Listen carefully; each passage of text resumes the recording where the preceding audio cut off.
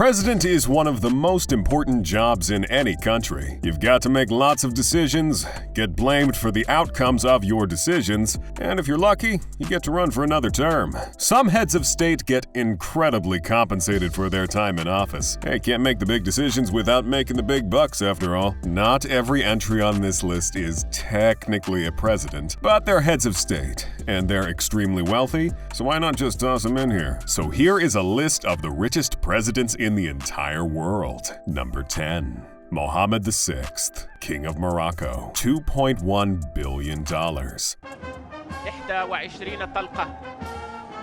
First off, we have the King of Morocco, and you know when you're talking about royalty, there tends to be a couple $1 billion involved. Mohammed VI is a member of the Alawi dynasty. He ascended the throne in 1999 after the death of his father, King Hassan II, giving him full access to the massive wealth the Moroccan royal family controls. Mohammed VI is Morocco's leading businessman and banker. In 2015, Forbes estimated his net worth to be $5.7 billion, although some would disagree, with Business Insider giving a more recent estimate of $2.1 billion. The Moroccan royal family controls one of the largest fortunes in the entire world. Together, they hold the majority stakes in the Société Nationale d'Investissement, a holding company that has its hands on pretty much every important business sector in Morocco, like telecommunications, banking, mining, and energy. As for Mohammed specifically, he is a leading agricultural producer and landowner in Morocco, where agriculture is conveniently exempted from taxes. As for his personal life,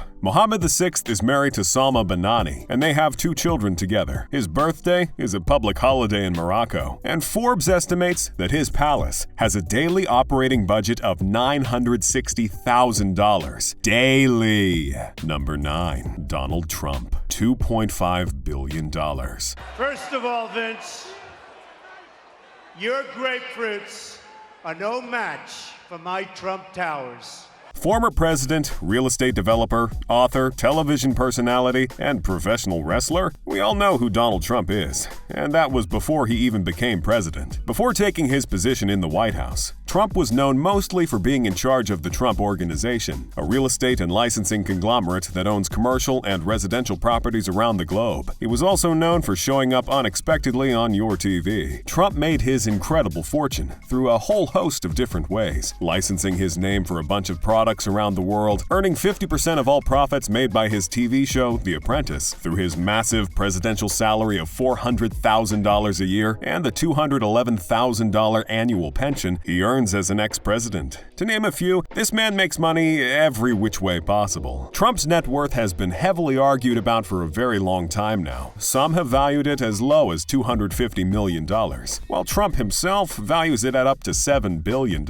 On top of that, it's prone to some heavy fluctuation. According to Forbes, Donald Trump's net worth has peaked at $4.5 billion in 2017, falling down to $3 billion in 2019. They reported that the value of Donald's brand and real estate holdings have declined since he became president due to a couple of controversies he's been involved in. Right now, Forbes pegs his definitive net worth at $2.5 billion.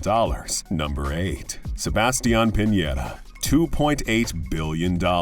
Next, we have the current and former president of Chile. He has been in his office since 2018, and he previously served as president from 2010 to 2014. He studied business engineering and got a doctorate from Harvard University, later going on to become a billionaire businessman. Certainly not the first one of those kind to make this list. Sebastián is the founder of credit card company Bancard, and he made his $2.8 billion fortune owning a bunch of other companies as well, like owning 90% of Chilevisión, a TV channel that broadcasts nationwide. He also owns 27% of LAN Airlines and 13% of a football club, along with a bunch of other minor stock options in a bunch of different companies. He did eventually have to sell ownership to avoid a conflict of interest. He sold Chilevisión for $160 million in 2010 to Time Warner, as well as his shares of LAN Airline. In short, Sebastián is your typical billionaire businessman. He hasn't let being president slow his roll either. And why would he? People tend to want to do business with you when you're president. Number 7.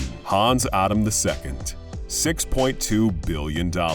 Next up, we have the current reigning Prince of Liechtenstein. He formally succeeded as Prince of Liechtenstein upon the death of his father in 1989. Now, Liechtenstein might not be the largest country in the world.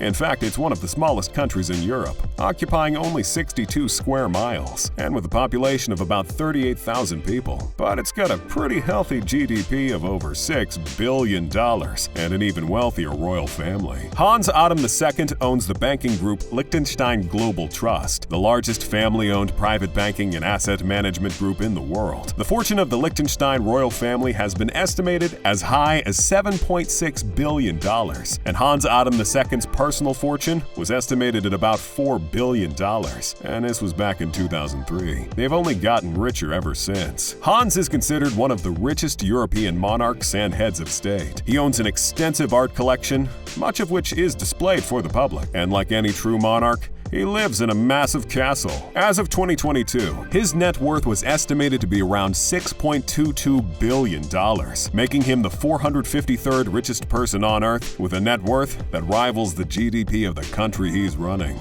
Number 6. Silvio Berlusconi, $6.8 billion. Next up is the former Prime Minister of Italy. He's an entrepreneur, a media tycoon, and is the former owner of the Italian football club AC Milan. Silvio was one of Italy's longest-serving post-war prime ministers. He's known for having a few brushes with the law and being Italy's oldest playboy. Silvio once publicly declared that his love for work, women, and play will never change. Born on September 29, 1936, Berlusconi studied law and worked as a singer on cruise ships and nightclubs during his youth. In the 70s, he transitioned to the media world. After making a fortune as a media tycoon, he would eventually set his eyes on politics. Silvio officially ran for prime minister in 1993 under his newly formed political party, Forza Italy. He would go on to serve 4 times as prime minister of Italy, from 1994 to 2011, holding the position for a total of 9 years during that time period. Silvio Berlusconi made his fortune thanks in no small part to the massive media empire he founded before becoming prime minister, and continued to run long after. He first entered the media world by setting up a small cable television company called Milano, and by 1978, Berlusconi founded his first media group, Fininvest. His adventure in the media world helped him earn 113 billion Italian lire, that is, which was about $70 million. Number 5. Mohammed bin Rashid Al Maktoum, $14 billion. I remember as a child trying to climb this, I couldn't.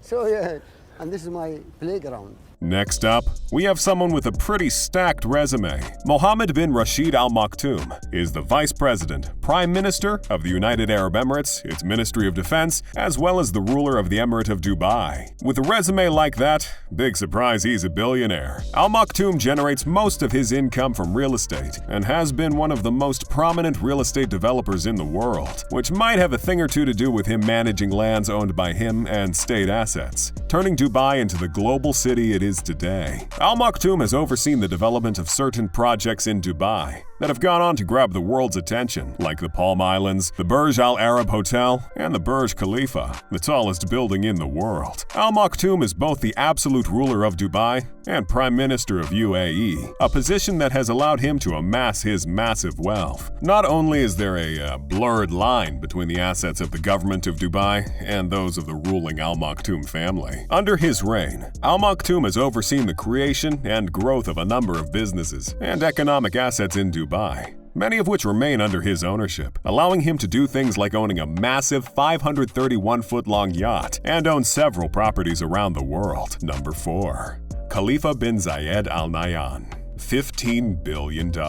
Next up, we have the current Emir of Abu Dhabi and President of the United Arab Emirates. He's also the Supreme Commander of the Union Defense Force and the Chairman of Abu Dhabi Investment Authority. In short, he's a pretty powerful man, and that tends to come with a pretty fat wallet. Under his supervision, the Abu Dhabi Investment Authority manages $875 billion in assets, which is frankly a staggering amount, the largest amount managed by a nation's head head of state to be more precise. He is deemed one of the richest monarchs in the world, controlling 97.8 billion barrels of oil reserves, and with a collective family fortune of $150 billion, big surprise Forbes named him in their list of the world's most powerful people. Khalifa bin Zayed Al Nahyan succeeded his father, who died in 2004, becoming the president of the UAE. He's held quite a few positions long before this one, though. He's been prime minister, head of the Abu Dhabi cabinet, minister of defense, and minister of finance. After suffering some health issues, he's taken more of a low profile when it comes to state affairs, leaving the day-to-day stuff to his half-brother, Mohammed bin Zayed Al Nahyan. He still owns several $1 million worth of properties in Seychelles and the United Kingdom, though. When you have all that cash,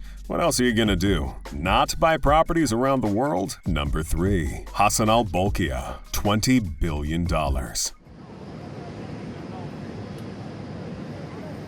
Next up, we have the billionaire Sultan of Brunei. He was born on July 15, 1946, to the previous Sultan, Omar Ali Saifuddin III. Hassanal had 9 siblings, but was chosen to succeed his father from an early age, and by 1967, he ascended the throne as Sultan. Sultan Hassan al-Bolkiah of Brunei is counted among the richest sultans in the world. In fact, he was considered the richest man in the world for a while, until the 1980s. The largest source of his earnings is from oil reserves and natural gas. And with Brunei being the 5th leading oil producer in Southeast Asia, the Sultan has been a very rich man for a very long time. Hassan al-Bolkiah has amassed the world's largest collection of cars. He owns approximately 7,000 cars, with a combined value of over $5 billion. The Sultan has 500 Rolls-Royces and 300 Ferraris in his collection of cars. And among his collection is a gold-coated Rolls-Royce. Talk about opulent, but it gets even crazier. The Sultan also has several incredibly luxurious private jets, including a Boeing 767-200,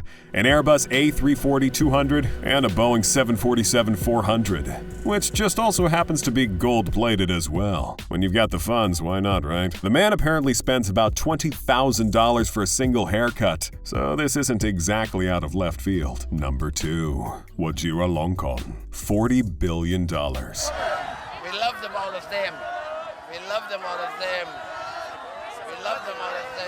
And our runner-up is none other than the King of Thailand. Vajiralongkorn was announced the Crown Prince of Thailand when he was 20, eventually taking over his father's throne in 2016, making him the current wealthiest monarch in the entire world, and somehow still number 2 on this list. Crazy, I know. After the coronation of Vajiralongkorn, it was decided that the entire portfolio of the Crown Property Bureau would be transferred into his hands. This meant $40 billion was now under his control. Some estimated the personal net worth of the king to be $43 billion at this time. The bulk of the king's net worth comes from a few major assets. His 23% stake in Siam Commercial Bank, one of the largest commercial banks in Thailand, valued at $1.7 billion. A 33% stake in Siam Cement Group, 16,000 acres of prime Thai land, and over 40,000 rental leases. Thailand runs a system of government known as a constitutional monarchy, where the king is the head of state, meaning he gets to have a lot of luxuries, like owning the largest cut and faceted diamond, a 545-carat brown diamond, and an exorbitant amount of aircraft. 38 planes and helicopters to be more precise. You know, in case he wants to fly somewhere in one plane and have another one come pick him up. Number 1. Vladimir Putin, $200 billion. Number 1 on our list is one of the most popular world leaders. Not only because of his portrayal in popular media, he's also been in charge of Russia for quite a long time now. You tend to get a lot more brand recognition when you aren't getting tagged out after 4 years. Putin has served as president of Russia since 2012, but he actually started running things all the way back in 1999, when he was prime minister of the country. So yeah, it's been a couple decades, and I don't think he plans on stepping down anytime soon. Putin is without a doubt the most powerful man in Russia. That much isn't exactly a mystery. The real mystery is exactly how massive the net worth of such a powerful man is. So far, what we have to work with are estimates. When they asked the man himself, Putin declared that he has an income of $115,000, and his bank balance is $179,612, although several people would disagree. You can go ahead and add me to that list. Opponents of Putin claim that he has secretly accumulated over $40 billion while in office and is actually Russia's richest man, thanks to some clandestine holdings in some of the largest oil and gas companies in Russia. The craziest estimation of Putin's wealth comes from former Hermitage Capital Management CEO Bill Browder, who declared under oath to the U.S. Senate that Vladimir Putin's net worth is an insane $200 billion, making him worth more than the GDPs of several small nations. Which one of these world leaders do you think is secretly the richest one? If you enjoyed this video, you should definitely click a video on the screen. It's pretty good too. See you there.